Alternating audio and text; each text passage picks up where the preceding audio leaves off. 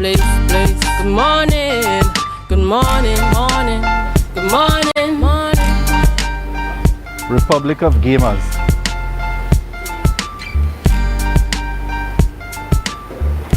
Good morning, viewers, and welcome to the Tobago Updates morning show, coming to you here live from the Port Mall today. But rather, we're coming here live in and sweet. Yes, viewers, indeed, it is certainly a pleasure to warmly welcome you to the Tobago Updates morning show. I'm Julian Skeet, and as we continue to give God thanks for life, we want to say welcome. Welcome to each and every one of you continuing to connect with us, those of you right here in Tobago. Those of you from Trinidad, in the region and the world at large. Indeed, we give thanks. We're alive in a time where there has been challenges. We have faced significant challenges, the crisis of COVID and other things affecting us, not this another issue.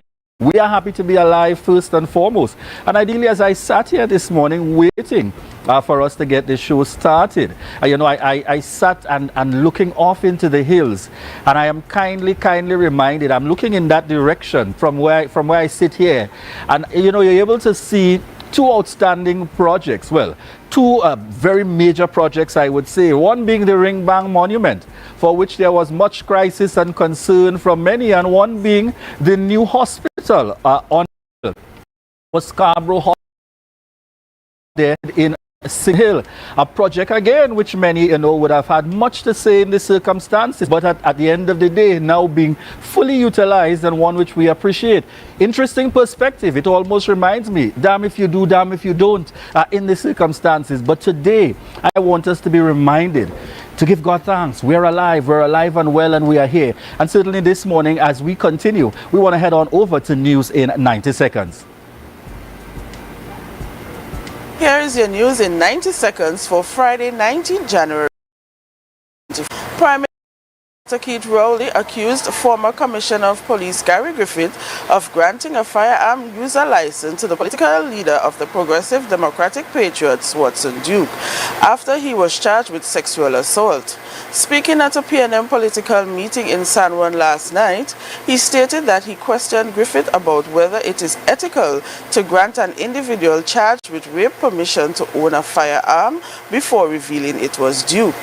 Griffith was the subject of Dr. Rowley's address, as he sought to credit him as a credible source of crime fighting while the government grapples with increasing crime.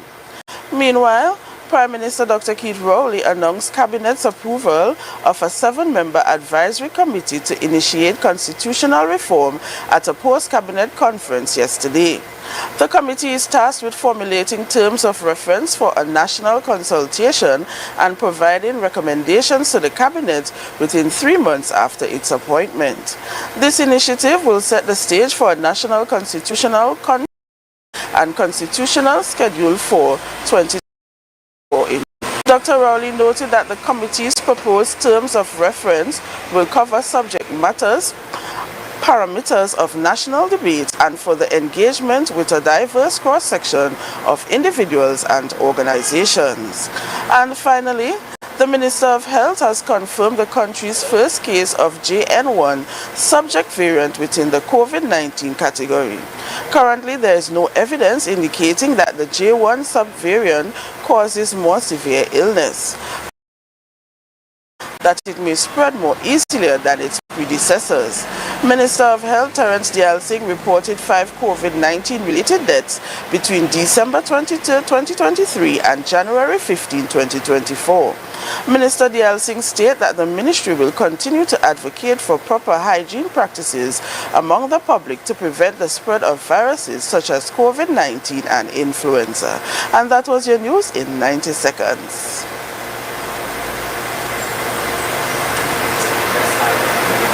Yes, thank you so much, Bianna, there, for bringing us the news in 90 seconds. Folks, a lot's happening coming out there. As we saw last night, the Prime Minister did not hesitate to give his perspective as it relates to his challenges and concerns with the former Commissioner of Police, Gary Griffith. And so we are in Trinidad and Tobago, and naturally we anticipate the response that will come in return from Gary Griffith, because I suppose from where the Prime Minister sits, he is doing what he thinks he needs to do to indicate and to remind persons that he may not necessarily find favor, or more importantly, to provide facts as he uses to relate, indicating that he's not legitimate at all. And then you have the reaction that will naturally come from Gary Griffith, a man seeking to defend his own name, and certainly will go at all lengths to defend that, so as to ensure without fear or favor that, as he put it, he would have said it to us in an interview past, he wants to make sure that the country is aware of the facts of the circumstances. So we look forward to that developing story indeed happening right here in our to be continued talks regarding the matter of autonomy. Secretary Farley Augustine giving commitments in advancing and moving forward with the information and the details and documentation to be presented to all members of parliament, as the collective, those elected as well as those appointed, senators, etc., the two houses to which the bill must go before and get the requisite special majority in order to be passed, if we are to enjoy anything different from what we currently do, whether you call it self-government, whether you call it autonomy, whatsoever you refer by in its current developments. And of course, we have those who sit within the political realm, those who have the current minority, as well as other officials in the politics, making representation, perhaps calling for further talks, further discussions. And I suspect one feels as if this will go on and on forever, but it must come to some point where we make our submissions to advance and to move the process forward. We look forward to following those stories and more in terms of the happenings here in Tobago. But at this point, viewers, we're heading on into our birthday shoutouts taking place here. Updates.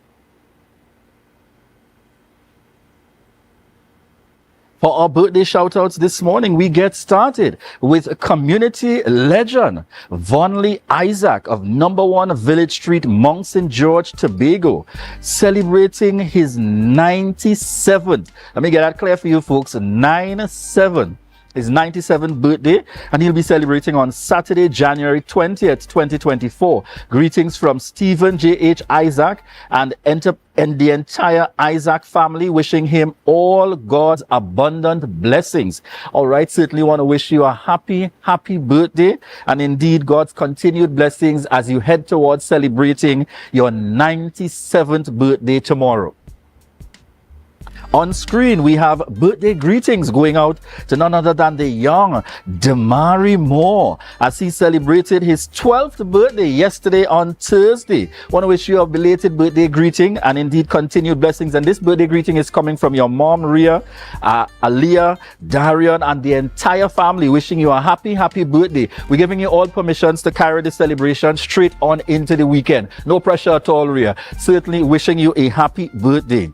The man on screen, no stranger to us, in case you are anywhere on the roadways or generally dealing with matters related to the TTPS. What we would kind of describe, as a good representation of the TTPS, treating people like people before he has to get extreme if he's required to at any point when you are not complying. This morning we send a birthday shout out to Andre Sibro. Andre Sibro, it's your day, and we want to take this opportunity to wish you a happy birthday and indeed continued blessings. Yes, as we continue with the birthday greetings this morning, we have Avel Mills, and we want to wish Avel Mills a happy birthday, coming from the entire Tobago Updates family.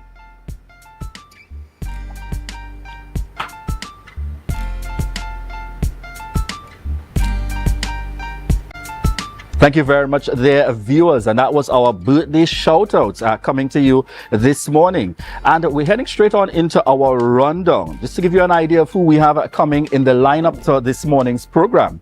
We start off the conversation this morning with Gordon Granderson, and he's the president of the Glamorgan Youth Foundation, and we're speaking about the Glamorgan Youth Foundation Gospel Blocko. All right, we continue the conversations with Crystal Sergeant Carter, and this is the Interdepartment Personality of Infrastructure, Quarries, Urban and Urban Development. So we look forward to those discussions. Of course, it's Friday morning. Thank God it's Friday. So we'll also be talking sport. We'll be chatting with Kyle Joseph, a head coach of the Tobago Select Football Team.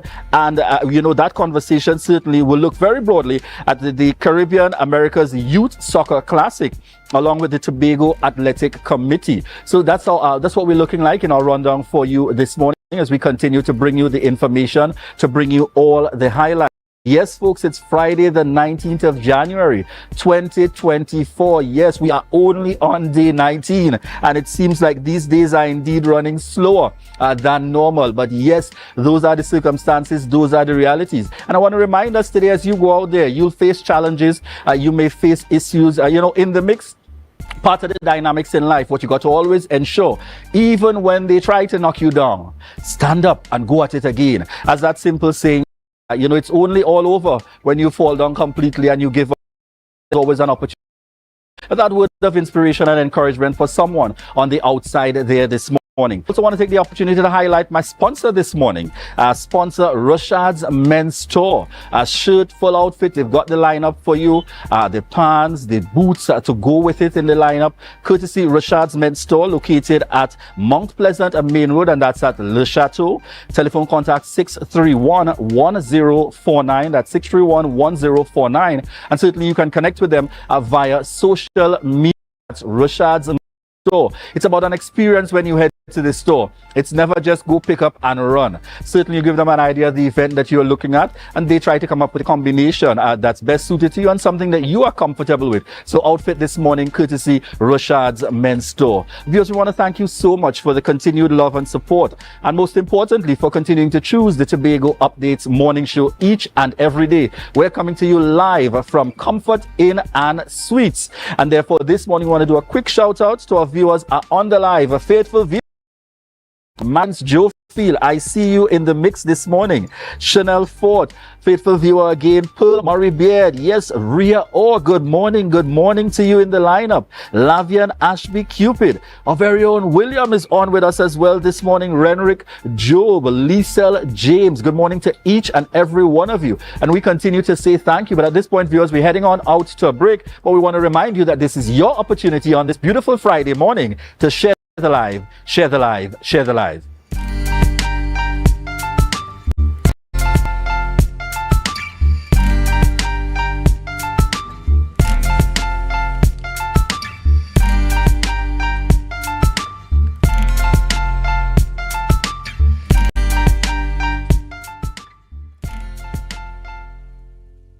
Is bringing Carnival and cash home with a total of $300,000 in cash back when you pay on time, sign up, or upgrade to an everything plan. Plus, we're live streaming fets so you could wind down in your bed, hosting Blue Friday lives at your favorite hangouts. So every Friday you could play a mass and win free fet tickets plus Carnival costumes. Flow bringing Carnival home so you could like yourself. Visit in-store or discoverflow.co for more details. Flow, inspired by you. Yes, you come in. Long time I see you, Joe. This station complete. Ready for children party. Mommy! Jay, you can't go nowhere with these children. And you know you can't depend on Kevin neither Steven to see about them. Yes, total waste. So I supposed to stay home whole time? Jada is 12. She could see about them. You just leave Jada to see about Kia and Kayla? I thought it's your mother or your sister. Who? Them always busy. Jada could handle that. She cooking and cleaning a long time. And the next two, better know what time it is. It's only me, you know. I will talk to my mother. She just home these days. She will make sure the children okay. Alright. Let me see the moves for later. Before you ramage, make sure the children okay. Call 996 to report all child abuse now. A message from the Children's Authority of Trinidad and Tobago. At JK Tech, we bring technology to your doorstep. From cutting-edge laptops to reliable printers, we've got it all. Nationwide delivery and a new website for easy online ordering. JK Tech is your one-stop shop for your electronics and computer needs. Carrying top brands such as Acer, Samsung, HP, and much more. Follow us on Facebook and Instagram at JKTechTT or visit jktechtt.com. Quality tech is just a click away. JK Tech. Evaluate your shopping experience, your tech, your way. Call or WhatsApp 383-2651. Shop smart, shop JK Tech. Hello everyone, it's your boy Harry here from Authentic Car Clinic, located right here in Tobago at Storby Local Road. You can WhatsApp us or call us at 366-4173.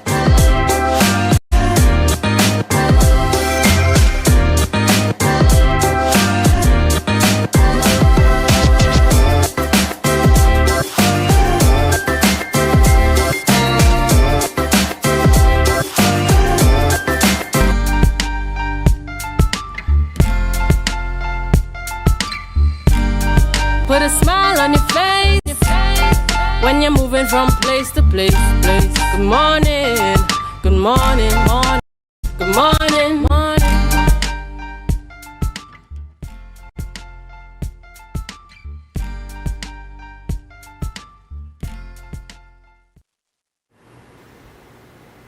Good morning, viewers. It's 7:19 a.m. and welcome back to the Tobago Updates morning show, coming to you here live from the Port Mall.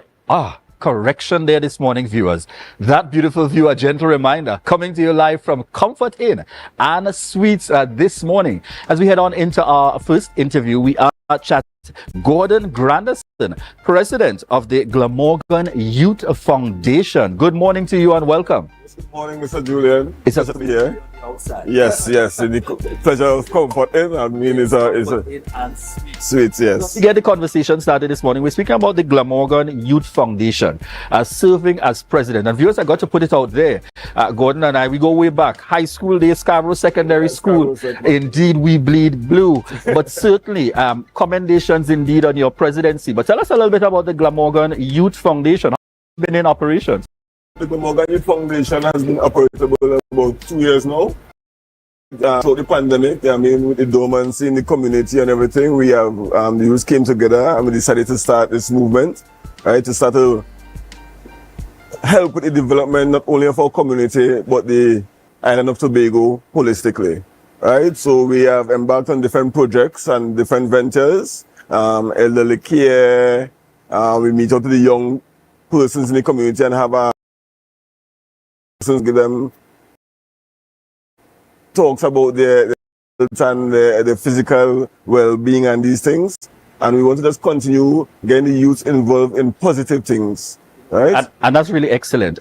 Continued, indication of our young people having the ability to make a positive contribution. Because very often we hear the negative of one young person, and it seems to overshadow all the good work that everyone else, would be doing. If you were to identify at least, what would you your major achievement as a foundation for the last year?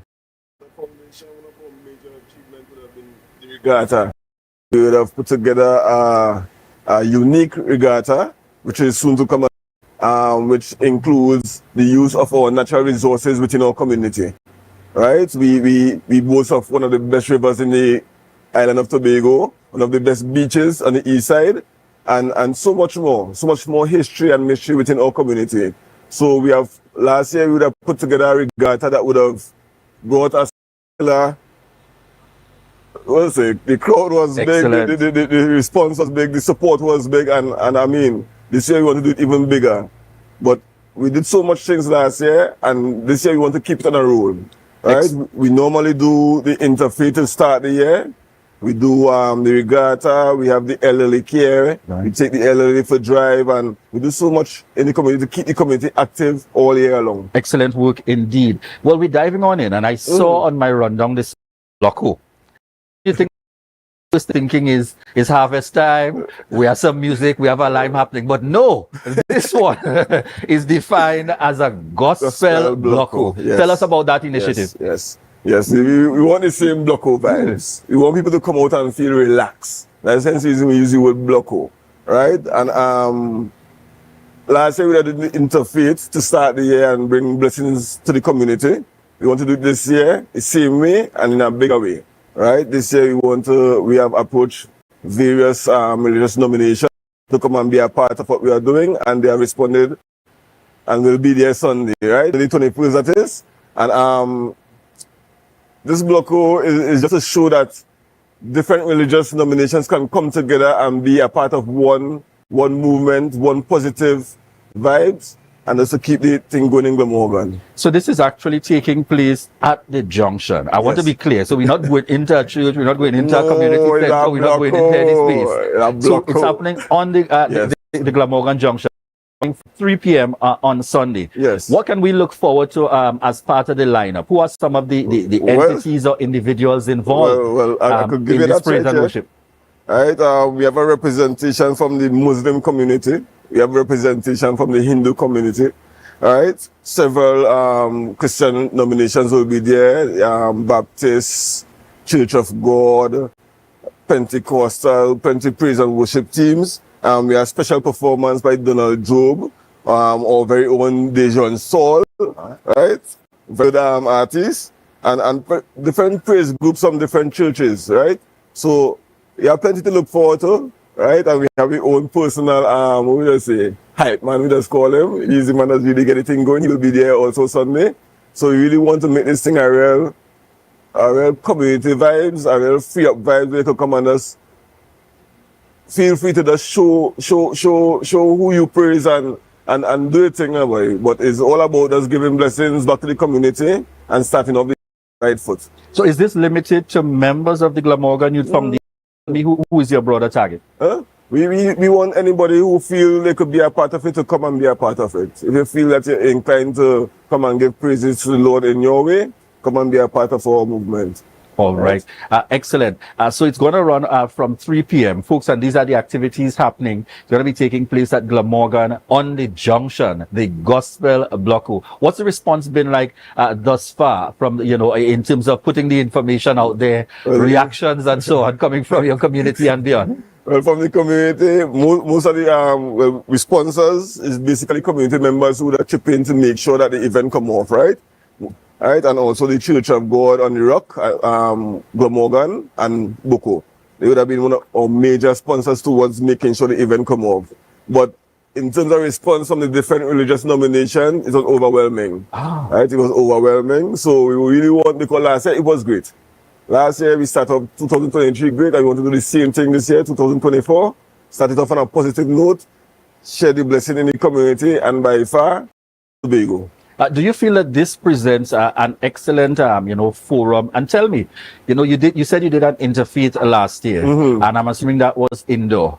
No, it was outdoor as well. Actually, the same kind of setting, but right. It was more kind of controlled in terms of the amount of persons was able to come and speak and this thing. But this year, tell me about the transition with this year, because as you said, last year would have been so good in terms of reaching out. But again, as a community and as a group, I naturally would anticipate you're always trying to respond to the needs and the concerns of your community. Tell us about transition to really expand the reach in this year, but still starting off with the focus being on giving praise and thanks. Yes, well, what would have happened last year? We had just invite just few of the Christian nomination within the community.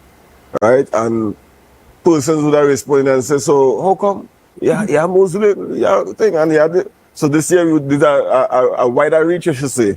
Yes, and we reach out further, and they were more related to be a part of what we're doing, right? And you could see that, touching to see that people actually they're willing to put the division aside and come together for one common purpose. And that's excellent indeed. And as you mentioned, coming together, and they ultimately, the work of the Glamorgan Youth Foundation, for persons who may be tuned in, whether you're an adult, whether you're young, tell us about your target group for membership. Who are the persons, what age group do you look at for membership within the organization, and how can someone get involved? Well, if you want to be the Glamorgan Youth Foundation, we target the age groups from 13 to 25, right, the young people.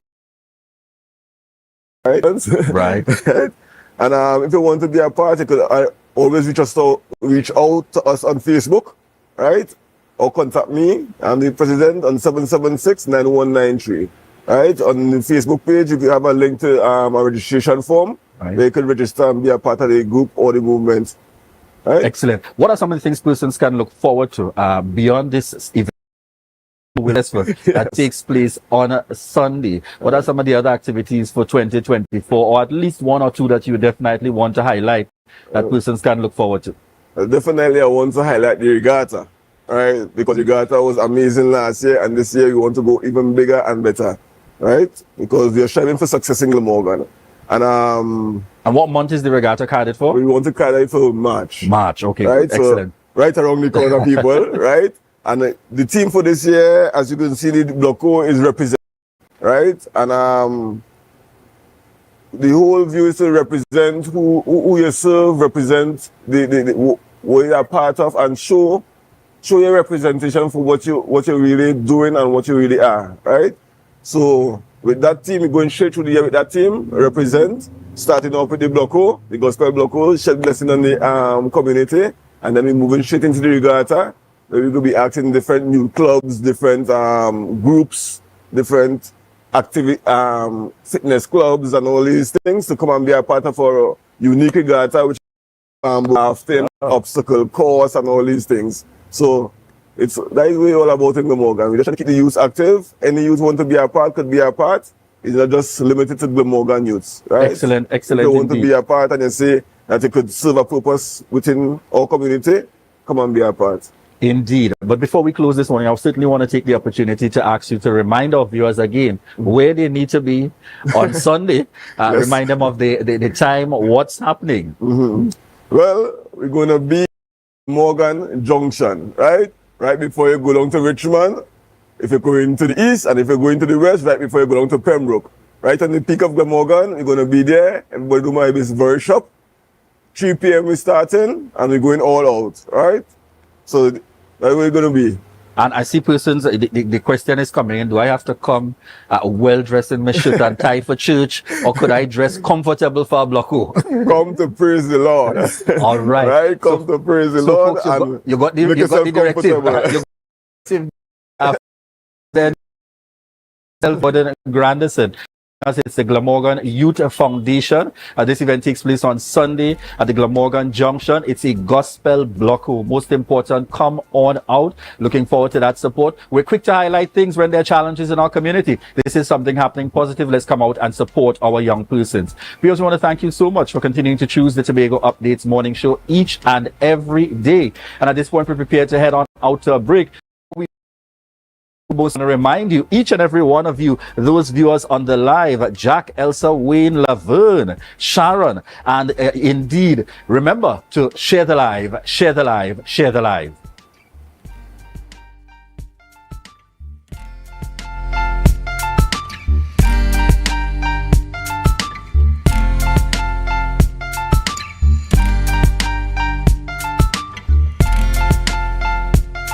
Your destiny. The best way to predict it is to create it. Do you see yourself exploring exotic destinations or spending quality with family? However you see yourself, create your own retirement destiny with Tata Life's Destiny Personal Savings Booster.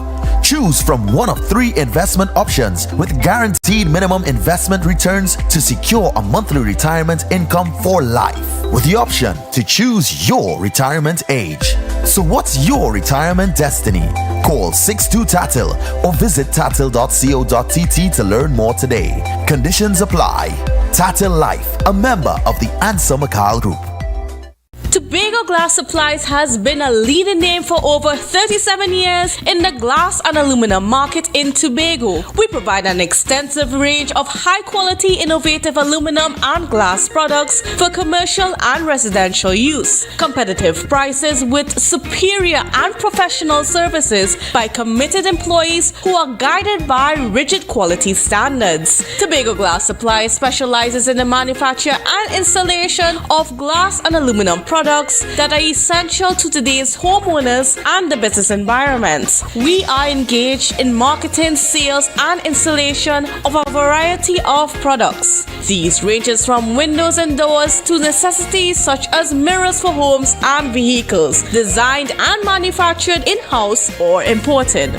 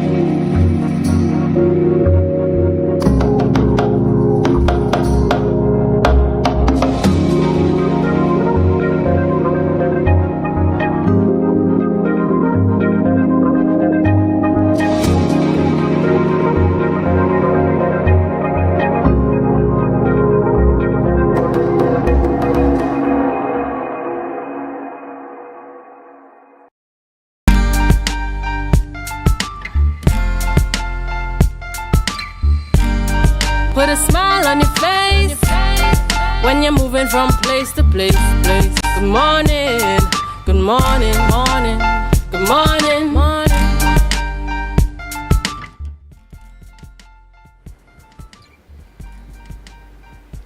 Good morning, viewers. It's 7:35 a.m. and welcome back to the Tobago Updates morning show, coming to you live from Comfort Inn and Suites this morning. Certainly a rock back kind of relaxed morning. And yes, folks, it's that time on the lineup. Your interdepartment personality in focus this morning is none other than Crystal Sargent Carter, interdepartment personality of infrastructure and urban development. Good morning to you and welcome. Thank you for having me. All right, and as we get the conversation started this morning, Crystal, I want to start off with you indicating certainly lovely combination here on set this morning. But I want you to start off by telling the viewers a little bit, for those who are not yet as familiar and just heard the name, who is Crystal?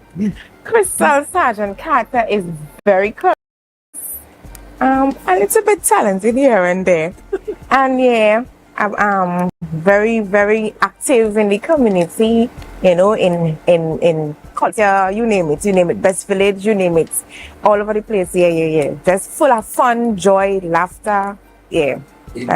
So tell us about this process or this selection about, you know, some people have stories untold about how they decided to represent their division. How was it for you? A straightforward, yes, I'm into that, or it took a bit of convincing?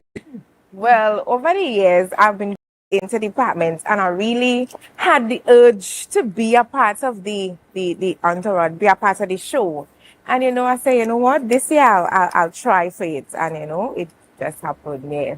All right, excellent. And I love the fact that you're here this morning. And Thank you. indeed, your combination starting from headpiece. And let's start with the headpiece and tell us a little bit about its connection for the night. Right. So the whole theme of the interdepartment this year is Tribal Kingdom. So my tribe is our first people, who were the Caribs and the Arawaks. We are doing the Caribs.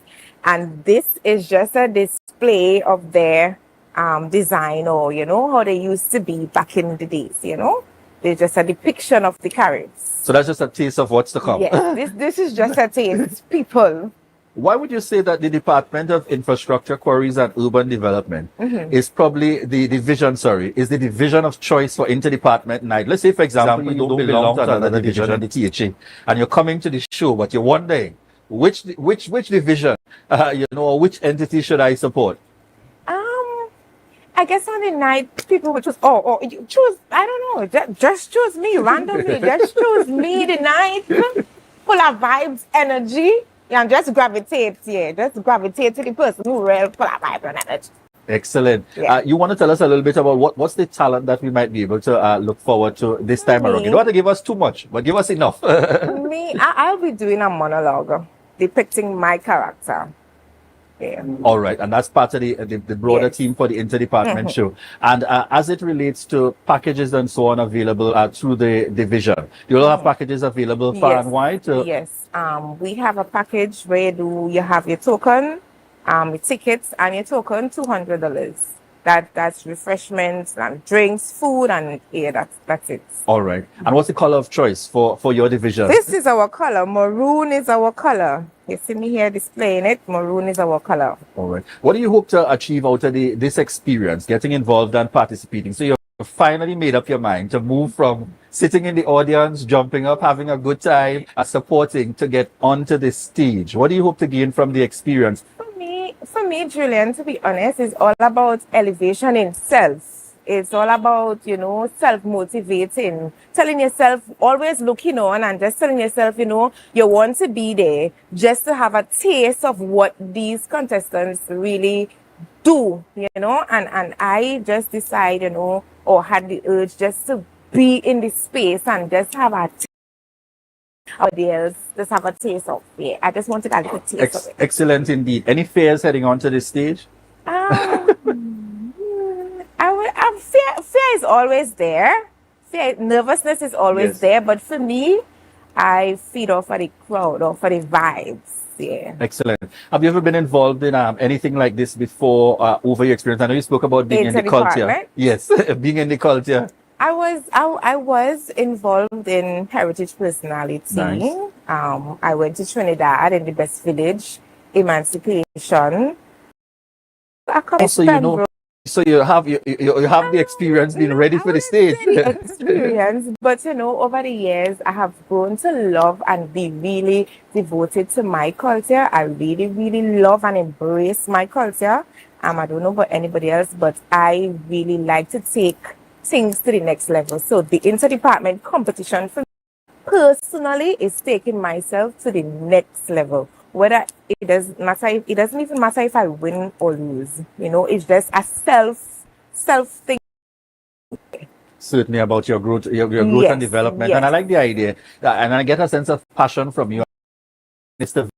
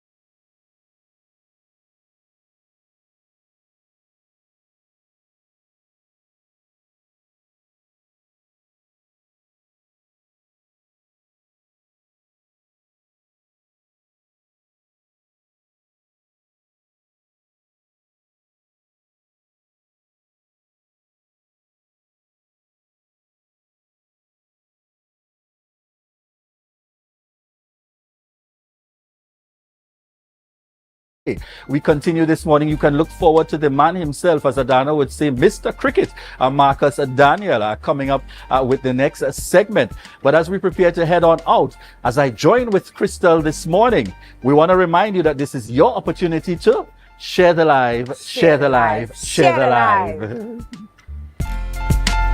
Thank you.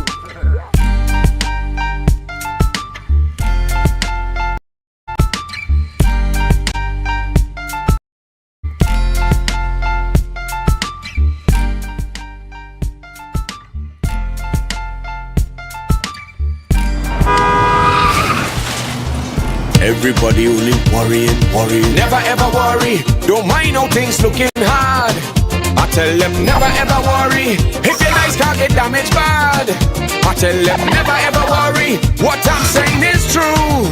So just consider Tatil is always right here for you. I tell them never ever worry. Don't mind if life make you sad. I tell them never ever worry. If your house get flooded out real bad. I tell them never ever worry. What I'm saying is true. So just consider Tatil will always be here for you. Never worry about a thing. Tatil, where people are people. You know what I mean. Hello everyone, it's your boy Harry here from Authentic Builders General Hardware, located right here in Tobago Local Road, Tobago. That's correct, right here in Tobago. And we are offering you guys the best prices on all hardware material. And if you would like to get your free quotation done, all you have to do is WhatsApp us at 272-1990 and we will give you guys the best prices on all hardware material. That is a guarantee as we are matching or beating any quotations.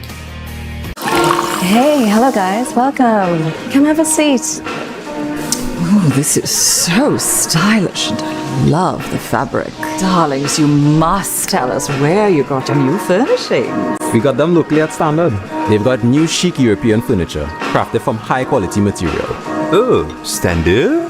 No, it's Standard, their brand new Hive collection. Experience luxurious European furniture at a price you will love. The Hive collection, now exclusively available at Standard.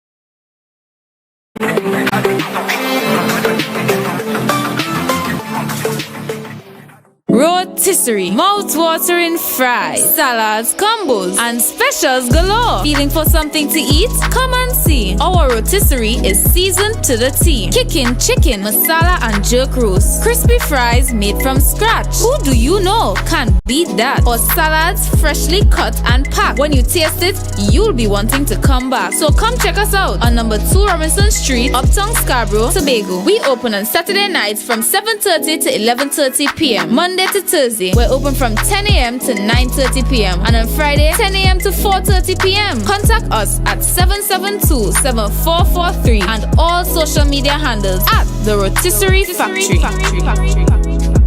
You can now get whatever you need whenever you need it anywhere in Tobago with Tobago. Your meals, medication, groceries, and shopping all delivered directly to you. No more hassle, no more stress. Get the Tobago app today on Google Play or Apple App Store. That's TAPPOGO and let us deliver to you. Check our website at www.tapogo.app or call the experts at 494-TOGO and 484-4746. Tobago. Relax. We will get it to you. Tobago's at your service. Put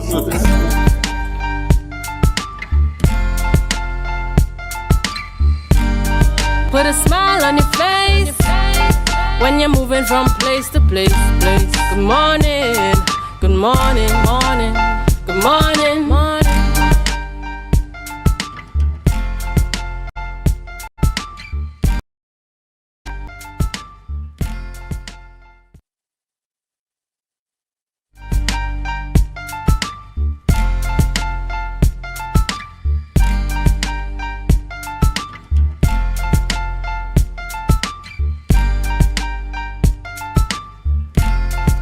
Hey, welcome back, of course, to Big Updates Television Sports, Friday 19th January. And of course, I want to thank Julian for holding down the first half hour. Going to this segment, we're down here at the Comfort Inn Suites Inn. And we are joined, of course, virtually for this sporting interview by Kyle Joseph. Kyle.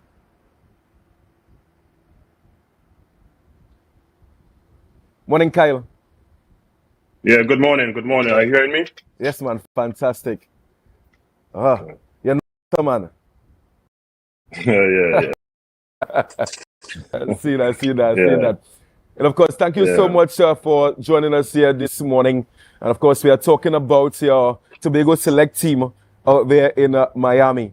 I'm told that you guys actually started that tournament with a win. But before we get into that game that you guys would have actually been victorious, just give us a sense of what this tournament is all about. And of course, you can give me an idea of the makeup of the Tobago Select team as well. All right. This tournament is the CASA is Caribbean American Soccer Association. It includes Jamaica. Sometimes it can include Venezuela as well. Inter Miami is part of it as well. We've been doing this for the last close to 7 years now. Now is really the team now start gelling and putting itself together. Before, what I did, I used to just pick players and bring them out. But now what I'm trying to do is trying to keep a chemistry between the team. You know, so that is what the team is really basically all about, is a group of Tobagonians / Trinidadians, because it have a guy from Trinidad who came last January and he stayed on the team. So it's actually a Trinidad and Tobago select team. Yeah. And what's the age group? What's the age group of the team? It's under 21s. Yeah. And this CASA, which is Caribbean America's soccer tournament, that's the name of it, right? Caribbean America's soccer, right? Association, yeah. Association, sorry. And you're actually playing out there in Miami. What is one of the main reason for you to be taking a team there? I mean, you said that this is not the first year, but over the years, what is the main reason for taking a team out there? Basically, it's scholarship opportunities. For this past 7 years, players got scholarship. Not really posting anything much, you know, but it's a program where scouts come and see. Last year we came and I think 3 players got scholarships. So yeah, that's it. Yeah, and you want to mention those players that got scholarship and got scholarships into colleges or to clubs? Yeah, scholarships into colleges. That is Karim, Jaime Gray, and Caleb. Sorry, Caleb, I can't remember him. no problem. Yeah. Yeah, and you guys are the only team out of Tobago participating in the competition. Yeah. Jamaica, yeah. How was this connection made, Kyle? I mean, in terms of you getting out there, because I mean there are so many other clubs in Tobago. I mean, Jarrick Titans. They have somebody. I can't remember the one from Better. Down in Marseille. I mean, so many opportunities in terms of scholarship stuff. How was that connection made with you and this tournament? So in 2004, I think we came in as a youth. We came at Sinclair's coaching school on a tournament similar to this. And from there on, from 2004 till I think it's quite until maybe 2017, nobody came back into the tournament. They send coaches from Tobago, if it is possible that, you know, you could try to bring a team. Nobody really took it up onto themselves to really try to go to the US Embassy and try to bring a team. And I just took it up to myself and tried, and for today, this is where Tobago Select has been born. Fantastic. And how do you select your, how do you shortlist your players? Because I'm thinking this is a wonderful opportunity for youngsters in Tobago with the talent to go out there and showcase their talent, and with the hope of actually being seen by scouts. I mean, how do you see your team? Before, what we used to do, we used to go around in the high school and actually take the kids that maybe could have afforded or who was interested in doing it. We wasn't getting enough good results because we had no chemistry in the team. All right. So basically what happens now, you have to be part of Tobago Select travel team so we could have a chemistry. So having that chemistry and keeping that team together. So you have to be a part of the program now. It's not like we're going around just picking players anywhere, because as you know, in Tobago, coaches butts heads a lot. Yeah. And I'm not into the butting heads thing. If they don't believe in the program, and they don't want their players to be part of it, we have to stay together as a team. One of the things the Inter Miami coach said to me is that, Mr. Joseph, you have to keep a team together in order to play in this tournament. Yeah. Me trying to do that in the last year, it caused a lot of confusion, but for today, I'm thankful that I really, try to keep the players together. So that's how we end up with the 2-1 victory. You mentioned Inter Miami, and of course, for those who are following football around the world, you know that Inter Miami is the club that Lionel Messi plays for. So they do have a youth team participating in the competition there.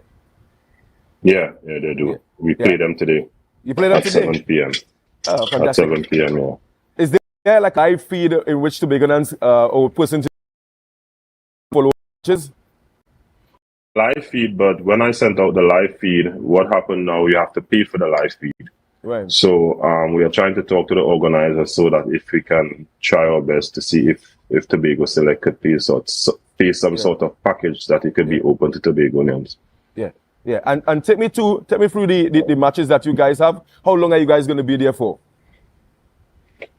So we're going to be here until Tuesday.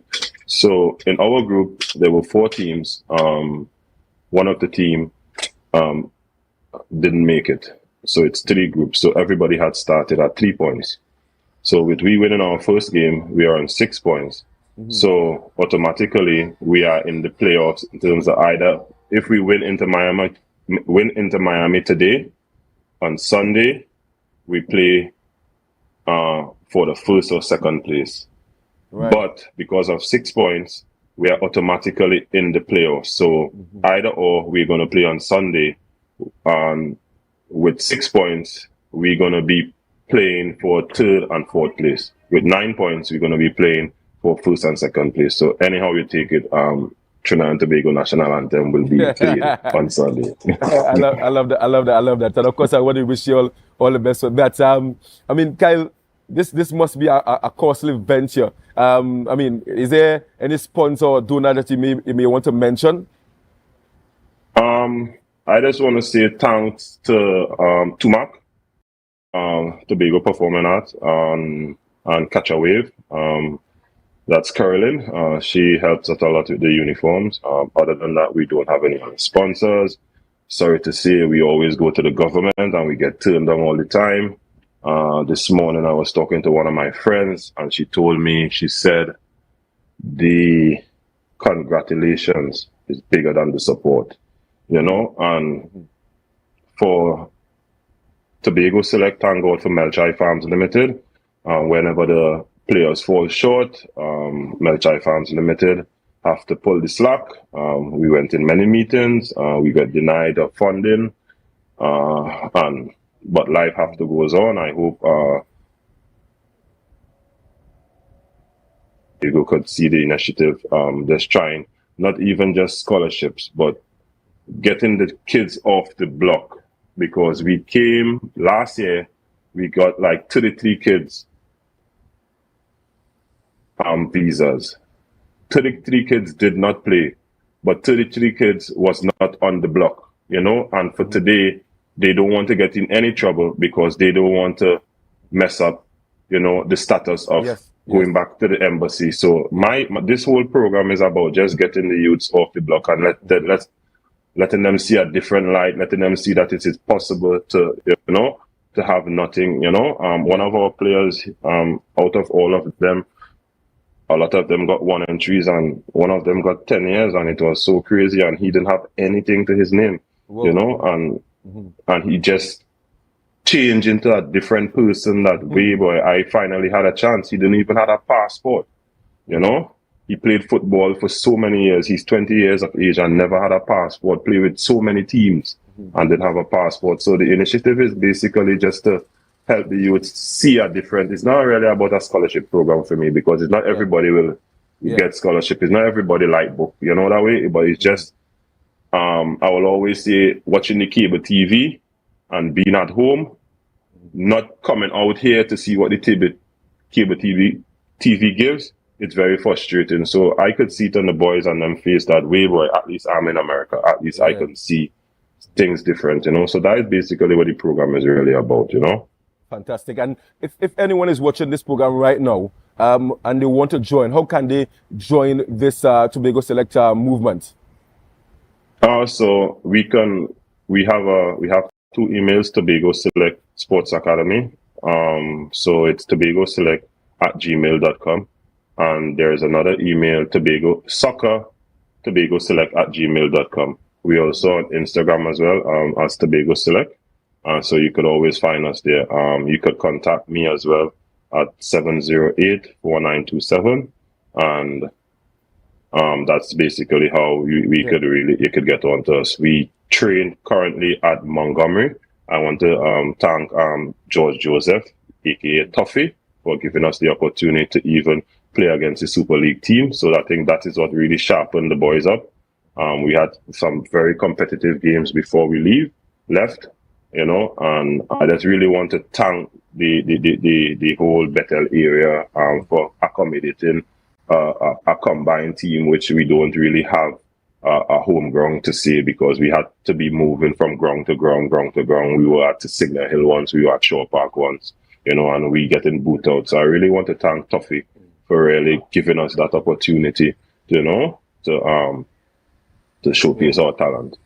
Yeah, and of course, a shout out to Tuffy and of course the community of Bethel. But kind of I can't let you go without actually asking you about Tobago Select, not Tobago Select, but the Tobago Athletic Committee. Because last time I checked, you were the president of that Tobago Athletic Committee. What's happening there? You know, branch up to football and even your farm.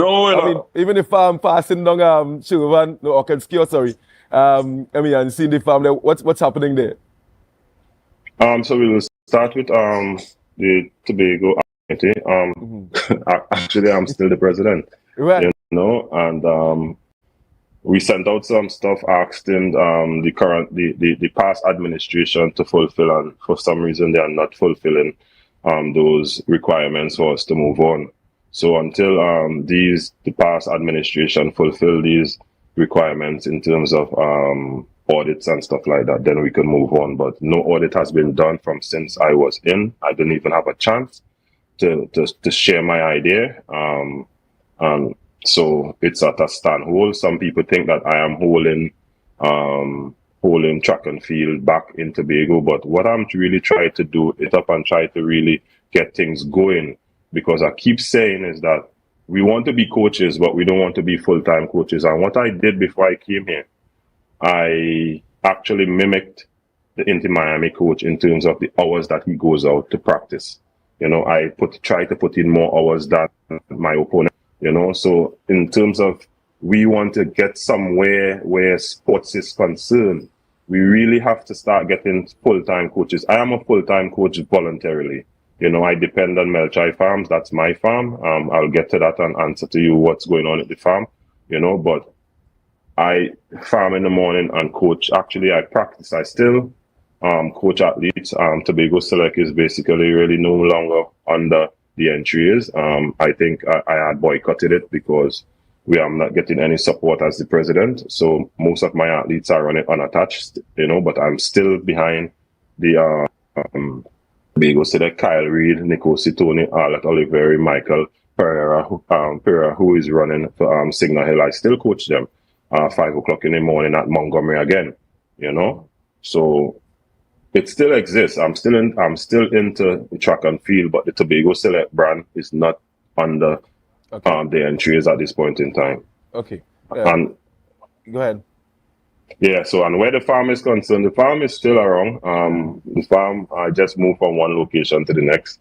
But me saying that location on air, I don't want to, because the pre-larceny to be sometimes is really crazy going on. Wow. So but the farm is still existing. And what I'm trying to do is trying to entwine agriculture and farming together. Try to build a track around a cross-country track around the farm. Try to get a football field as well. So that's my plan. Fantastic. Kyle, I want to thank you so much for taking your time to join us this morning on Tobago Updates Television Sports. I want to wish you and your team all the best out there, and go out there and beat Inter Miami. And who knows, maybe show up today. Actually, we have a tour with Pink Stadium at 5 o'clock today. So we're supposed to meet Messi. I don't know if he's going to come, but sometimes these superstars, they say, but hopefully that the kids will really get to see Messi and Suarez on them. Fantastic. continue flying the Tobago flag very high. And of course, I'm looking forward to hearing the national day when you guys are in the finals. And of course, feel free to reach out to me anytime with any information. And of course, we continue sharing it here on Tobago Updates Television Sports. Once again, thank you so much. One question. You said the Tobago flag. What's the color of the Tobago flag? Green? Red, white, and black. Okay, then. Thank you so much. Thank you so much. All right, cool. Yeah, man. Of course, guys, we've been chatting there with Mr. Kyle Joseph out of Tobago Select. They are currently participating out there in Miami. Youth tournament, of course, ensuring that youngsters, they have the opportunity to be seen by international scouts. Of course, that's it for me today on the Sporting Desk. Of course, I'm going to hand you over to Candice Jackson for Good Morning Tobago. But don't forget to share the live, share the live, share the live.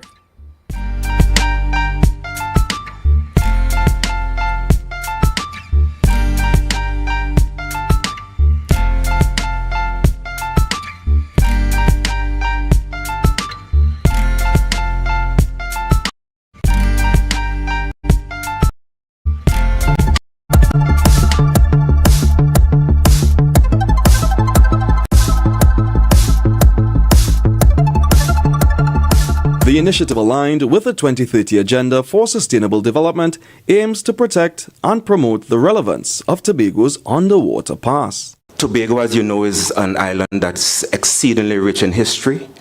Normally, when we talk about the island being very rich in history, our reference is to the land. All right? But as you know and appreciate, our history is also quite immense and large underwater. Acknowledging a tumultuous history suffered onto Trinidad and Tobago by the Dutch, Ambassador to the Kingdom of the Netherlands, His Excellency Cornelius Hirschbach, explains that the countries have since enjoyed excellent bilateral relations. This continues today with the launch of the Maritime Archaeological Diving Training. We believe that cultural heritage is of great value in an ever-changing world. Knowledge of the past helps us all to understand the here and now, as well as supporting our future endeavours. This appreciation for each other's countries continues to this very day. My gratitude is also, of course, to the various representatives of the THA, with whom we jointly celebrate the start of this training today. The marine exploration of Tobago has captured the attention of historical enthusiasts and researchers, given the many battles fought from the 16th to the 18th century. Given the historical significance of each and every ruin, artifact, and the structural that remains submerged in our marine spaces, namely Rockley Bay, which is the site of this project, which is adjacent to our current port of entry at Scarborough. This project provides an avenue to gain much needed research, development, and the possibility of eventual excavation of such artifacts, which even further provides Tobago with an attraction worth coming to see, experience, and hear about. Specialist in maritime archaeology and underwater cultural heritage management, Professor Martijn Manders, will lead the exercise. We're doing training, so we are going into the classroom and we do the theory again.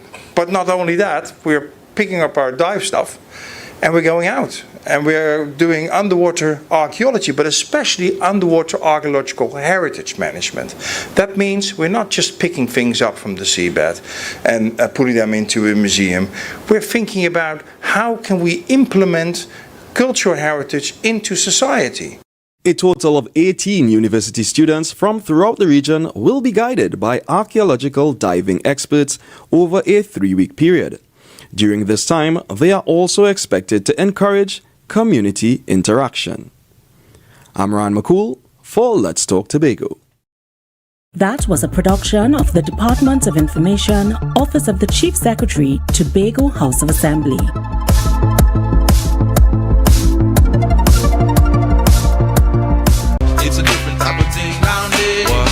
We party till we drop down there with a lot of pretty girls down there, down in Tobago.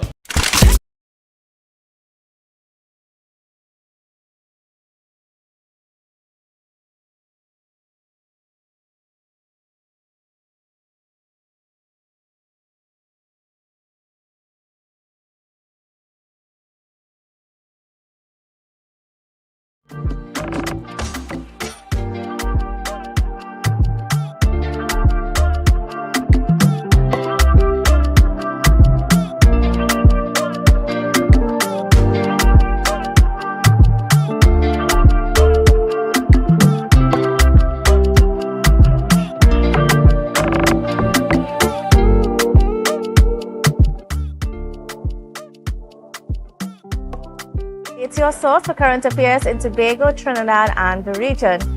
With the perfect conversations to complement your morning routine, I am Candice Jackson, and let's get started with the news in 90 seconds. Prime Minister Dr. Keith Rowley accused... sorry about that. There's a little error in my script here. All right, here we go. Prime Minister Dr. Keith Rowley accused former Commissioner of Police Gary Griffith of granting a firearm user's license to the political leader of the Progressive Democratic Patriots, Watson Duke, after he was charged with sexual assault. Speaking at the PNM political meeting in San Juan last night, he stated that he questioned Griffith about whether it was ethical to grant an individual charged with rape permission to own a firearm before Duke. Griffith was of Dr. Rowley's address as he sought to discredit him as a credible source of crime-fighting strategies while the government grapples with increasing crime. Meanwhile, Prime Minister Dr. Keith Rowley announced Cabinet's approval of a 7-member advisory committee to initiate constitutional reform at a post-Cabinet press conference yesterday. The committee is tasked with formulating the terms of reference for a national consultation and providing recommendations to the Cabinet after its will set the stage for a national constitutional conference and consultation scheduled in June 2024. Dr. Rowley noted that the committee's proposed terms of reference will cover subject matter parameters for national debate and for the engagement of a diverse cross-section of individuals and organizations. And finally, the Ministry of Health has confirmed the country's first case of the JN1 subvariant COVID-19 with a COVID category. There is no evidence indicating that the JN1 subvariant causes more severe illness. However, there's a suggestion that it may spread more easily than its predecessor. Minister of Health Terence Singh reported 5 COVID-19 related deaths between December 23, 2023 and January 15, 2024. Minister Singh stated that the ministry will continue to advocate for proper hygiene practices among the public to prevent the spread of viruses such as COVID-19 and influenza. News and viewers, for our conversation is coming off of some of the things that was said at yesterday's press conference by the Prime Minister in regards to constitutional reform and Tobago autonomy, because, of course, you cannot speak about changing Tobago's autonomy or anything of that matter without talking about the Constitution. Why? Because pretty much anything that we have within our THA Act as it is subject to Section 75 of the Constitution, which says that the Cabinet needs to have approval over what we do here in Tobago. Every decision that we have to make in terms of policies and stuff must have some Cabinet approval. It must not contradict what's in the Constitution. So this is extremely important to us here in Tobago, what's going to be happening in the next few months as we see what they're going to be proposing and what comes out of the consultations for the constitutional reform process. Now, to speak to us a little bit about some of those matters here this morning, we are being joined by economist and political commentator analyst, Dr. Vanish James. So special morning to you, Dr. James. How are you doing this morning? Happy New Year. Certainly. Happy New Year to Tobago too. Certainly. All right. So now getting into the conversation. So we heard the announcement from Dr. Rowley yesterday about this new drive for constitutional reform. Now, of course, there's been many attempts in the past, but this is the latest one. The last one we had was probably about 24, somewhere around. So what we heard yesterday at the press conference and what Dr. Rowley explained, what are your views at this point in time? Well, first of all, it's a good move. The country needs constitutional reform. Mm-hmm. Part of that, of course, is the reform of governance in Tobago. But as a general matter, we are stuck with our initiatives on diversification because the Constitution is so bad and so inappropriate. So that's the first thing that that I think the public ought to think about. Mm-hmm. But what this has done is up the ante on Tobago, because we now cannot discuss autonomy in the way we were discussing it before without clarity about what it implies for the structure of the government here and the structure of the government in the country. So I think this is a good move for the country. Many people who have told me just in the last was that this is a ruse by Rowley to stretch out the agenda on Tobago autonomy. I doubt that. I think maybe one of the few good decisions the Prime Minister has made in his tenure is this decision. And the country, I think, would make him take it seriously. It would not be something you can use as a ruse. Everybody would participate. All the analysts, all the political speakers, parties and so on would participate in the process of determining what comes of this move. Now, we know, one of the people that really called for constitutional reform was former Prime Minister Bassir Pandey, who recently passed away. But also, I know Mr. Ho Choi Charles, who unfortunately also passed away. He was one of those that called for constitutional reform because he understood what Tobago's autonomy means, or how Tobago's autonomy would really unfold if we had some changes in the constitution. Now, if you remember some of the things that Mr. Ho Choi Charles was saying, I don't know if you could share some of those things with us as to what he thought, and I know that you were one of those people that worked with him during those times, or what you guys thought was the best way that the constitution should be formed, or should be that would allow Tobago to have the power it is wanting.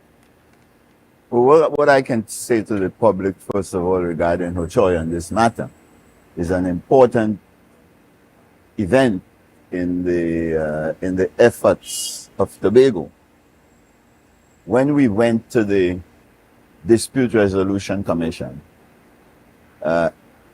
we carried along an agreement with Bassir Pandey that if we Dispute Resolution Commission case, we would move next immediately to do constitutional reform. And what year was this? This was in 1998, 99, even before the case was called. So this would be sometime in 98. And we prepared all the documents. My recollection is there were 7 documents we prepared, including a cover letter, designing the process of the constitutional reform, the role of the Prime Minister, the role of the role of stakeholders, the commission that would pursue that agenda would look, and so on. We developed the whole agenda, and Pandey agreed.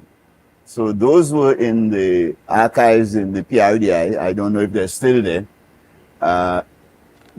but Ho Choi lodged copies of the letters and the documents in the PRDI. So this is part of the historical record of the country. And they agreed to that. Now after we won the case, Pandey came over to Tobago and met with myself and Ho Choi Charles in hotel. And it appears to me, after the meeting, given what they raised, Pandey didn't leave too satisfied with the extent of support, and let me say condescending support, that he could get from Ho Choi. So he went ahead and abandoned the project and called the election, essentially, let me put it that way. And he and Ho Choi picked fight with one another. In the whole experience with me, that was the first time I saw a breakaway. Because remember, Pandey came and tried to do the roads and so on, and Ho Choi blocked that and all of that. But anyway, all that broke down. So the constitutional reform agenda that Pandey had never took place. And the consequence of that is that he lost his government and thereafter became a outspoken advocate of opportunity was there after we won the Dispute Resolution Commission case, and he didn't follow through. So that's one thing about the relationship around constitutional reform. Now, regarding my engagements with Ho Choi during the years I worked here for him, And in the recent years, as we collaborated on substantive matters, including last year all the way up to July, the broad picture that Hochoy came around to understand that wasn't there under Robinson. Hochoy's work with Robinson didn't reflect this understanding. But in our work, we came to one fundamental agreement. The basic thing we last agreed on in our meeting in Rovenels with other people, and that was sometime around June, was that the design of the government in Tobago and the design of the government in Trinidad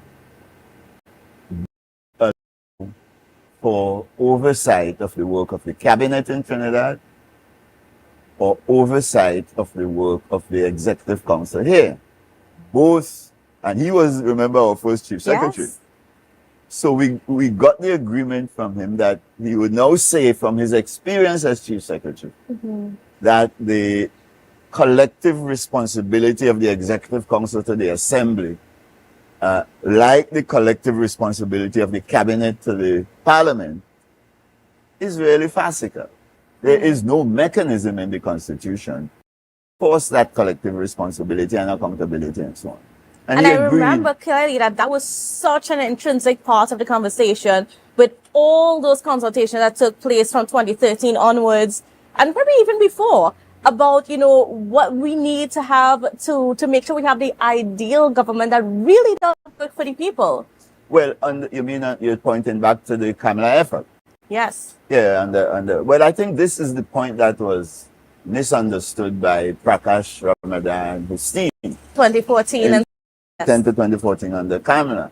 I think Prakash and Hamidani took the UNC down the road of proportional representation without addressing this central question, that what you need is a parliament designed in such a way, a House of Representatives, a THA, even the municipal corporations, designed in such a way that the representatives of the people who are not in the executive function must be able to oversee the executive and its activities and make law to ring-fence the activities of the executive. That's not present in the current constitution of the country.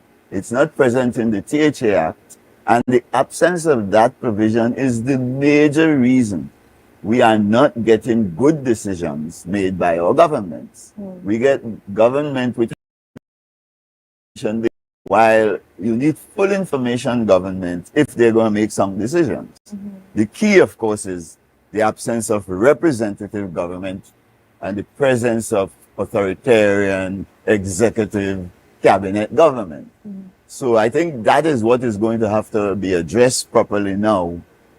We've learned a lot over the decades about this matter of the design of the government. We've learned from our own research. We've learned from the experience of the rest of and curating data properly has allowed us to understand now the arithmetic of the design of the government in Tobago and the arithmetic of the design of the government in Trinidad. And the fundamental arithmetic indicates that the parliament, the House of Representatives in Trinidad is too small to allow you to get representative legislative oversight of the cabinet. And the same is true here. The Executive Council, the THA, with 15 elected reps, is too small to allow for representative oversight of the Executive Council. And the absence of that oversight is the fundamental reason Trinidad is making progress while the economy of Tobago collapsed in the last 2 years. It's just the absence of ring fencing of decisions of the Executive Council by non-executive members of a Tobago legislature. But you can't get that set of non-executive members if you only have a council of 15 members, because you need, say, 8 to run the executive function. Now, 7 more don't give you enough members to oversee. So you need a bigger THA than we have now. And that will come up as a major issue in the design of the national constitution, that arithmetic, and it will come up in the reform of the THA under that constitution. Of course, and I mean, and there you're pointing towards the People's House that was a major component of those bills that was originally sent down. Well, that raises a separate issue. The People's House story really goes to the need for an elected Senate in the country and an elected Senate in Tobago. The reason you need an elected Senate will come out of these constitutional discussions. We have an appointed Senate in Trinidad now. It is not fit for the purpose for which you need a Senate. What you really need a Senate to do are two things. First of all, you need it to take responsibility for this equality of citizens. Tobago's equality of status with Trinidad, but within Trinidad, where does Nariva sit? Where does Pinal sit? You need a Senate to take account of the fact that economic development is very unequal across the country, concentrated in Port of Spain, concentrated in San Fernando, and the rest of the country is just looking on. Yes. And you see the same thing in Tobago with the East-West divide. Development is taking place in Canaan Bonaccord, and you have none going on in Castara and Charlottesville and other places like that. Now you need an elected Senate to address that by giving it responsibility for advice and consent on the development part of our budget. All right. That's true for Trinidad, that's true for Tobago. All right, and then we're going to have a pause right there. But we're going to continue more with this discussion in just a little bit, but we have to go for a break first. So viewers, please don't go anywhere. So wake up and hear me neighbor. 60 people strong. Flo is bringing Carnival and cash home with a total of $300,000 in cash back when you pay on time, sign up, or upgrade to an everything plan. Plus, we're live streaming fets so you could wind down in your bed. Hosting Blue Friday lines at your favorite hangouts. So every Friday you could play a mass and win free fet tickets plus Carnival costumes. Flo bringing Carnival home so you could like yourself. Visit in-store or discoverflo.co for more details. Flo, inspired by you. Hey, it's you. Come in. Long time I see you. This station complete. Ready for children party. Mommy! Jay, you can't go nowhere with these children. And you know you can't depend on Kevin neither Stephen to see about them. Yeah, total waste. So I supposed to stay home whole time? Jada is 12. She could see about that. You just leave Jada to see about Kia and Kayla? I thought it's your mother or your sister. Who? Them always busy. Jada could handle that. She cooking and cleaning a long time. And the next two, better know what time it is. It's only me, you know. I will talk to my mother. She just home these days. She will make sure the children okay. Alright. Let me see the moves for later. Before you ramage, make sure the children okay. Call 996 to report all child abuse now. A message from the Children's Authority of Trinidad and Tobago. At JK Tech, we bring technology to your doorstep. From cutting-edge laptops to reliable printers, we've got it all. Nationwide delivery and a new website for easy online ordering. JK Tech is your one-stop shop for your electronics and computer needs. Carrying top brands such as Acer, Samsung, HP, and much more. Follow us on Facebook and Instagram at JKTechTT or visit jktechtt.com. Quality tech is just a click away. JK Tech. Evaluate your shopping experience, your tech, your way. Call or WhatsApp 383-2651. Shop smart, shop JK Tech.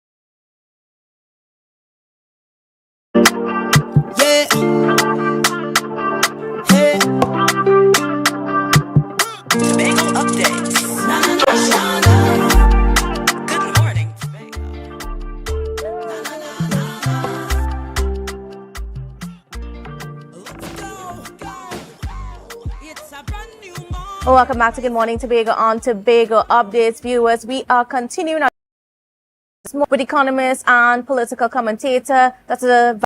James as we discuss the Constitution, the call for Constitution reform. Well, not just the call for the Constitution reform, but the announcement that we are going to, as a country, be getting into constitutional consultations throughout as we look to see what changes we need to make to the Constitution, of course. And that is a very important discussion because what happens with the Tobago House of Assembly Act, the powers that we are granted under the Tobago House of Assembly, whether it's what we have now or whether it's a self-governance that we are seeking, it's all dependent on what happens or what's outlined in the Constitution of Trinidad and Tobago. So you can't have that the Tobago House of Assembly Act or self-governance conversation without having a conversation about the constitutional reform.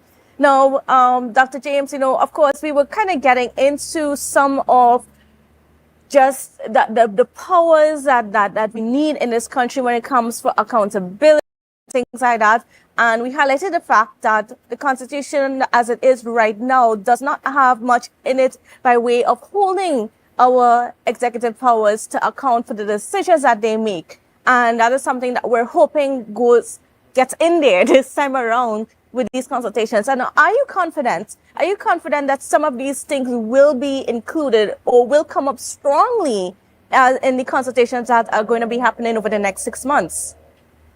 Well, because of my own research, there is no chance now that the national conversation will take place without us being aware of the proper design of the House of Representatives in Trinidad, proper design of the THA in Tobago, proper design of the Senate in the country, including the elected Senate, and there are proper roles for them. And design of a Senate in Tobago, which you reminded me we were calling the People's House back in 1997-98. So we know so much more now that we won't get hung up on simple things like wanting an elected president, executive president, proportional representation. These are going to just be minor distractions in a real conversation about the way the House of Representatives ought to be configured, the arithmetic. Mm-hmm. We will know, for example, that if we want a cabinet of 15 members, all the studies we've done, all the evidence we have, this is development economics we're talking about here, the kind of government you need to build a viable economy. We now know that if you're going to have 15 members in the cabinet, you need somewhere near 90 members in the whole of the House of Representatives. And if you're going to have a team with an executive council of 8 members, then you need somewhere near 2 members in the THA, so you can have effective oversight by the winning party of the executive council and effective oversight by the whole THA of the executive by the non-executive members of the House. And we know that arithmetic for Trinidad and Tobago as well. So this is not going to go down now like it went under Wooding and Hayatali and even under Williams when they didn't know the arithmetic. They didn't understand the issues that way. Even when Robinson was designing the Constitution and young economists like myself tried to draw his attention to these things, he said, you can't eat Constitution. But now we know the details. We also know that in addition to what I was mentioning to you about needing a Senate to deal with equality of status and equality of opportunity across the spatial divides of the country, you need a Senate to deal with the advice and consent matters relating to appointments of public officers like the president, take the prime minister and the chief secretary out of the loop, and hand those responsibilities to an elected Senate that can answer to the people for their decisions.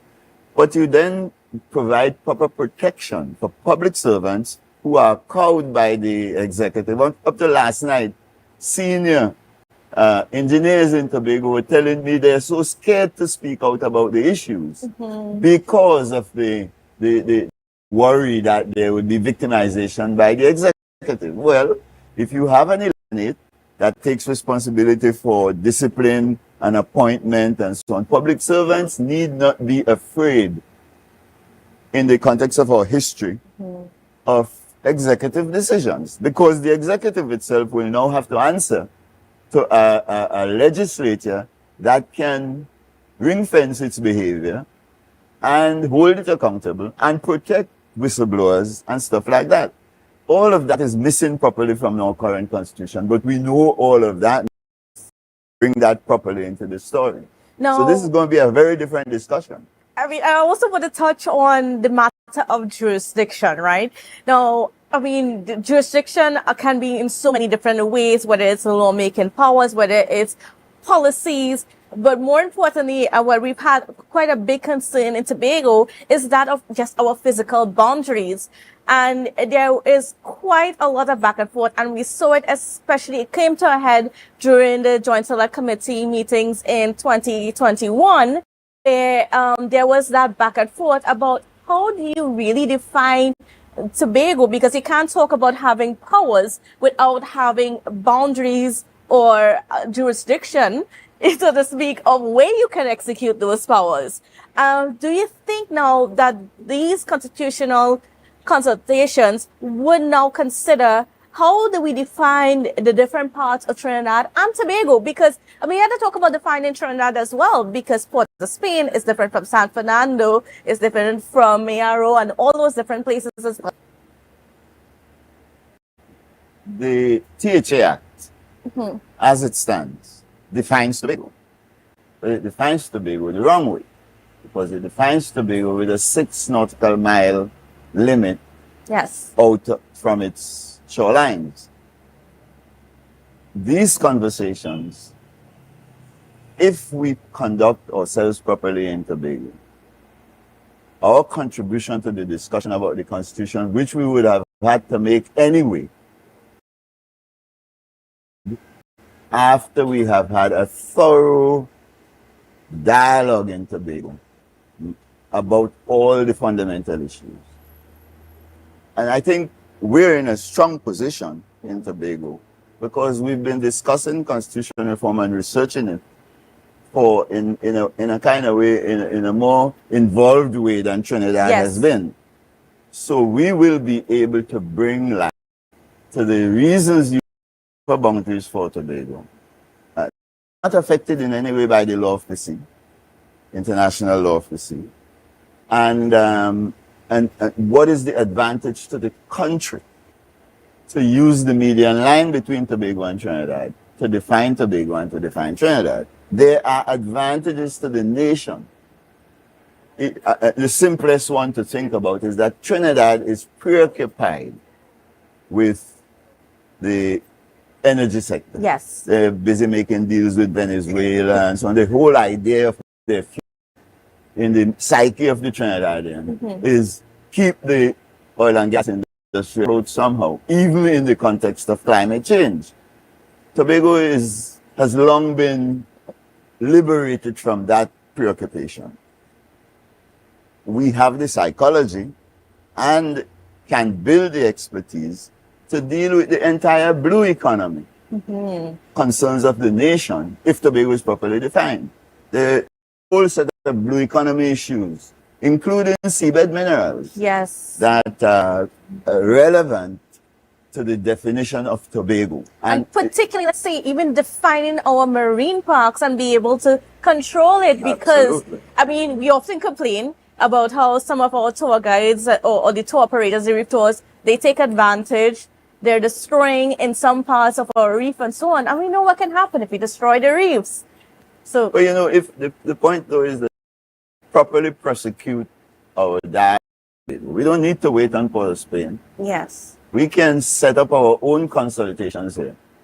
And we can, before June, hold our own constitutional convention here in Tobago autonomy convention, call it what you will, that would allow us as a people to go to the national conversation about the Constitution with what Hocho used to call one voice. Yes. And that would put the country on notice that as serious thinkers in Tobago who could teach the nation something. I know pretty much all those people on the commission, and I could tell you, they've never worked out the arithmetic that I was just describing for you. Mm-hmm. So we will be able to bring all of that to the national conversation as Tobago's contribution to the national dialogue about how it should configure its government. We will be able to speak to the way they should set up the local government bodies in Trinidad, the way the THA should be set up, and the way the national government should be set up. And all of that would bring in the issues you're raising about jurisdiction and so on. Let me make a point on that, for example. The general attitude of the two bills that are in Parliament and the general attitude of the THA Act about the responsibilities of the central government is the wrong attitude. The THA Act exemplifies it well, because what it does is it says, Tobago, we the people of Trinidad and Tobago are assigning you responsibility for fifth schedule matters. Mm-hmm.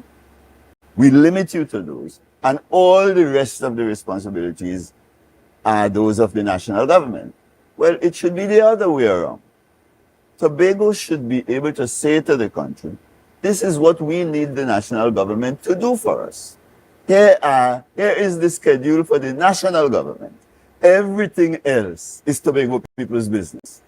All the reserved powers expressed in any of the restrictions we are imposing on you to take responsibility for national defense and all of these things, we give you those. But when it comes to anything we forget, that's Tobago's business. That is the way we're going to build a constitution that allows for harmonious development of the country going forward. Because we are the ones who will be studying all the possibilities for development in Tobago. And when there is something missing in the constitution, it has to be assumed that if we discover that there is an element there that we address, to go to Trinidad to ask for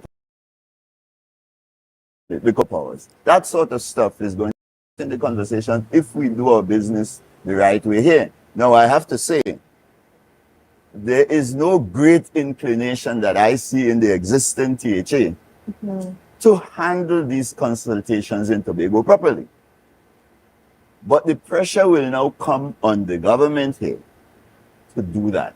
Certainly. To set up the consultations in a proper way, have proper conversations between Pali and Kelvin, sort out the way we're going to go with this, tell the people at Tobago up front early, get a team that is competent. Rowley gave a good example of the way you have to approach it. You have to appoint a competent team, whatever its political flavor, that can address the issues, including in the case of Tobago, framing our conception of the constitutional amendments and the form of the THA Act that we would be responsible to establish. Can I just make one more point, please? You won't go on a break. Let me just make this point. In the case of this conversation, the country is going to have to confront the idea that the Constitution of Trinidad and Tobago should not contain any law relating to how Tobago should set up its government. It should give us the permission to set up the government, and we, in a time schedule set in the Constitution, must come here and define the kind of governance we need. That is the key. Now, thing. I want to end our conversation on this point. Now, we had an announcement yesterday about that constitutional reform trust that we're going to be embarking on for the next 6 months. And we also had a commitment from Prime Minister a couple of weeks ago that the self-governance bills are going to be dealt with in this session of Parliament. So my question to you now is, do you think now that we should wait until the constitutional reform commission is concluded before we deal with the self-governance bills? Now, how should we approach that now that constitutional reform is in the mix? Not before. Okay. While we're dealing with. We need the country to be properly organized for Tobago to make progress. And we need the THA to be properly organized, the government in Tobago to be properly organized for Tobago to make progress. These conversations should go on simultaneously. So the THA should take the step to set up our conversations here now and allow us to educate about the direction in which we should go here and the direction in which Trinidad should go. And that will be the best way to help the nation to deal with the issues. So I'm getting a cue that we actually have a few more minutes, so we can continue speaking. And I want to dive more into how we should be treating the self-governance issue going forward. Now, we heard from the Chief Secretary last few days that he is coming with this. That was actually quite a lot of the work that Mr. Hochul Charles did before his passing, of the differences between what Tobago originally proposed, basically what went down as bills in 2018 to the cabinet, and then what was then produced in Parliament and what is sitting in Parliament right now. So sending that information down to the parliamentarians so that they can consider it as they go forward with that process. Do you support this idea? What is your view? Well, not just demonstrate limitations of Fali himself. These issues are so profound and so important for the people of Tobago that it makes almost zero sense to take anything done by Hochul and his group, whoever they are, without any serious dialogue and learning from the people of Tobago and send that to Port of Spain. And now in the context of Rowley's move, that would be a huge error. Tobago must seize the opportunity now, and Fali must take the opportunity to learn from the records of history. That to be thoughtful about whatever you're doing. Because where we are now with what Rowley is doing there, those two bills in the parliament are moot. They're not particularly relevant anymore. But Rowley has changed the equation. And essentially what he's saying is, to deal with the Tobago governance issue, we must deal with the whole thing. I think that is the right answer.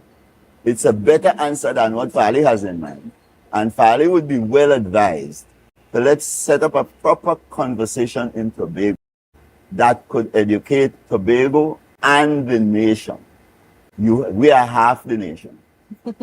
with more of the blue economy space than Trinidad. So we have plenty of responsibilities here. And we need to be careful in what we do. We have to ensure that we lead because we are half. Just like Trinidad had been assumed to be big brother and calling us for years, now we get the chance to operate as the deep thinkers and educate the nation about the way this will go. They don't really understand constitutional reform in Trinidad, I could tell you. We understand it here, and the opportunity must be provided here. If Fali doesn't provide it, the rest of us will seize it. Well, people know I will speak out on it anyway. And that's very interesting that, we might be seeing in the next few months Tobago leading those discussions, because we have been speaking about it for the last, I don't know how many decades. That's right. And what Fali should do is set up his own convention. Forget Rowley, he has to do down there. That's Trinidad. But we set up our own process, conversations in Tobago, giving everybody, whatever their thoughts, a chance to come to the table again, especially young people. And let all of that culminate in a full-fledged conversation to which we invite the whole nation. And when we set up the conversation here, the whole nation is invited to come as well, so they can learn. And when we finish talking here, that would be a major lesson in good governance for Trinidad. Certainly. And now I want to ask you as well, do you think that, like I said, we've been having these discussions for several decades, but do you think that this time around, would people be interested, or would they be like, you know what, we had this discussion so many times before, I'm not interested? People have always been interested. Ever since this started, the real start of this conversation was under C.L.R. James's work when he was part of the PNM. And he wrote those two classic pieces, Party Politics and Every Cook Can Govern. And he was basically saying to Williams what we have to say today. You have to set up the government so the people have an opportunity to participate in the process of making law. That is exactly what NJAC was saying in 1970, for example. Wooding didn't understand it that way. Hayatali didn't get it that way. Robbie didn't get it that way. But we've always known, ever since CLR, that that's the hardcore of the answer, what NJAC was calling power to the people. We want, and the Constitution and the current THA Act gives the wrong impression to the citizens that the government owns the country. But we know that we, the citizens, are the owners, and we must be able to ring fence the behavior of the executive, which is the enemy in all of this. It is they who have all your money, all your guns, all your contacts, and so on. And it is they and their behavior that must be ring fenced by proper representative government. So we will learn that in a proper conversation in Tobago. Development economists like myself need this issue for a career. Be able to bring proper research results to the society via substantive conversations we hold here. That's a way for Tobago to lead, and I hope, without being able to tell him so to his face, I hope Farley and the Executive Council are listening, because this will not be a conversation led by people who don't know the facts. Yes. This is an opportunity for all of us, and Rowley is right on it, for the whole country to talk about it. And people like me will be able to bring all the research results to that conversation. It's certainly something to look forward to. The next 6 months are really going to be interesting. But guess what? We at Tobago Updates, and certainly with myself, we are going to make sure that we can help you understand, viewers, every step of the way as we go through and discuss the various viewpoints, because we know a whole lot is going to come out. And Tobago is not going to let us down as we go through all of this, while we are also dealing with the self-governance bills. Quite a June 24. So yeah, lot to look forward to. So thank you again for joining us. Thank you, of course, Dr. James, for being here with us and having this conversation. And viewers, hope you have a safe and wonderful weekend. And we see you again tomorrow. And of course, thanks to Comfort Inn and Suites for allowing us to be here. Bye for now. It's a brand new morning. Wait, what? To a brand new dawning as the passion start to rise. The energy fill the skies. I say thanks a favor to wake up and hear my neighbor. 60,000 people strong, and the vibes is never wrong. Your destiny. The best way to predict it is to create it. Do you see yourself exploring exotic destinations or spending quality time with family? However you see yourself, create your own retirement destiny with Tata Life's Destiny Personal Savings Booster. Choose from one of 3 investment options with guaranteed minimum investment returns to secure a monthly retirement income for life, with the option to choose your retirement age. So what's your retirement destiny? Call 62TATIL or visit tatil.co.tt to learn more today. Conditions apply. Tatil Life, a member of the Answer Makal Group.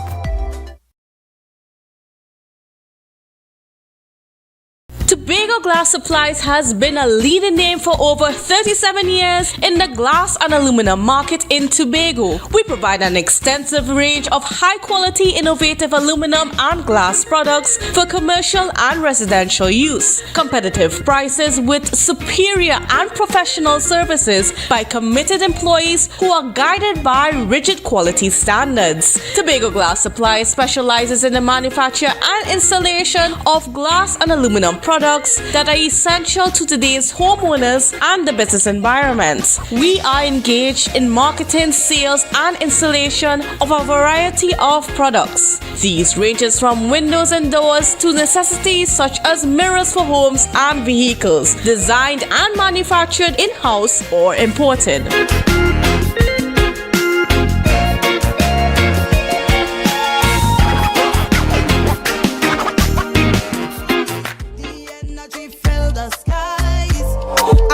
Thanks a favor to wake up and hear my neighbor.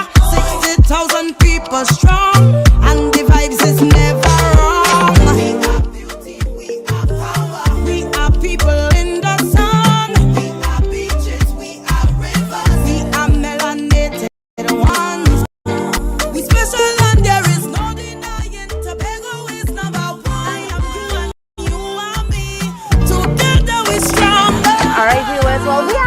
back. I mean, I unfortunately wrapped up the show, but we're not quite done yet because we are now being joined by Kerry Berry of Fog Angels as we discuss what's in store for Carnival 2024, February Carnival 2024 in just a few weeks' time.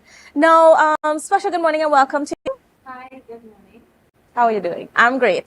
Now, let's get into the conversation. So we saw a week or so, we've been having some conversations with some of the Carnival stakeholders where a lot of the bands are focusing their attention on Tobago October Carnival instead of the February Carnival. But Fog Angels is not one of those bands. You guys have something planned for us in February.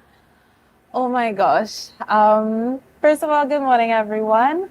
And it is with deep, I would like to also say that Fog Angels will not be participating in February Carnival for core reasons, right? And this is not a decision that was easy to make. Also, this is not our stance going forward, all right?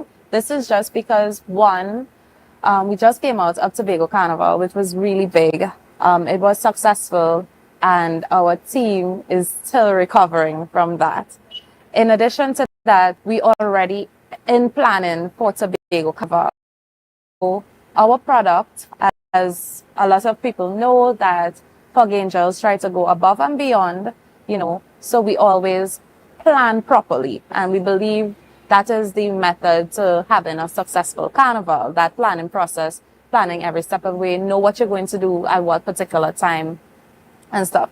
So with that, we have decided to not go into February Carnival this year and focus on the October brand because we have a lot of work to do for October. So, but you guys are still going to be doing Juve. So you're not doing mass. No, we're not doing Juve and mass. You're not doing Juve as well. But there is Juve in Crown Point. Okay, so how is that going to work? So we have bands already registered with the Crown Point Carnival Association. I believe we have a significant number of bands that would be parading in Crown Point on Juve morning. So the CP is working with that, and information will be divulged as soon as possible. All right. Well, so then what are you looking forward to most for October Carnival this year? We anticipate a lot more people than last year Carnival because it was the same with the year before. The numbers jumped significantly, and we anticipate that for this year, 2024, it is going to jump. It will going to double because we are getting that international exposure. The Tobago Carnival is spreading throughout the islands. We plan to go to Trinidad to market for Tobago Carnival one time in the Trinidad festivities, right? So we already have our structures in place. It's just for execution now, which we are doing as time passes. All right. And then, so what can we expect to see in terms of the mass? Now, I mean, I gotta say, Fog Angels was blew everybody last. So especially for Juve, saw the crowds coming down the road. I mean, it was euphoric, right? So, I mean, like, how are we good? I mean, is there going to be changes? Is it going to be bigger? What's it looking? Well, we anticipate more persons, definitely anticipate more persons. However, we want to always keep the experience as a unique experience. You've never experienced this before. Even if you have played with Fog Angels throughout the years, we want you to always feel that sense of happiness, that sense of joy, euphoria, as you mentioned. Always want to keep you thinking, oh my gosh, this was so good this year. I wonder what they're coming with next year. And that is our aim throughout. So when are we going to see the launch? Oh, we plan to launch, I believe, is mid-year. Yeah. All right. So pretty early this year. Correct. Yeah. And then, of course, going forward, what about in terms of taking more people from Trinidad across international? Right. So have specific teams on that. We have PRs conversing and communicating with interest groups from around the world who are interested, who have reached out to us and letting us know that they like the product, they love the band, and they want to be a part of it. All right, great. Yeah. And as we continue the conversation, what are you seeing in terms of us developing that Tobago Carnival product that's happening in October? What are you seeing the identity formed as we continue? I think the identity can be formed if it is we continue to keep it a clean, safe carnival. I think those are key areas that people take into consideration when they say, I want to travel to this particular country to play mass and have a time. And once we expose Tobago beauty and all the elements that having all the beautiful beaches to do in Tobago, I think we need to market ourselves, the island itself. Because when people travel to come to play mass is only 2 days, right? And they may be here for a week or whatever. So once we have events going on for them, we have scenic places that is advertised, that they know that they can go to Nylon Pool and come out 10 years younger. Once we market Tobago would be an event that it will be worldwide. Everybody would know Tobago Carnival is in October.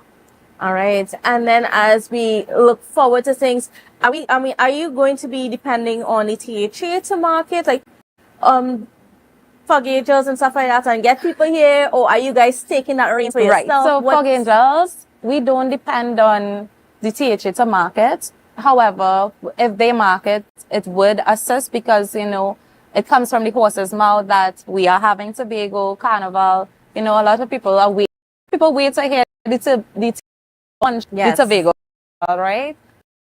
It's important that they do that. However, we take marketing into our hands and we try to reach as far as possible.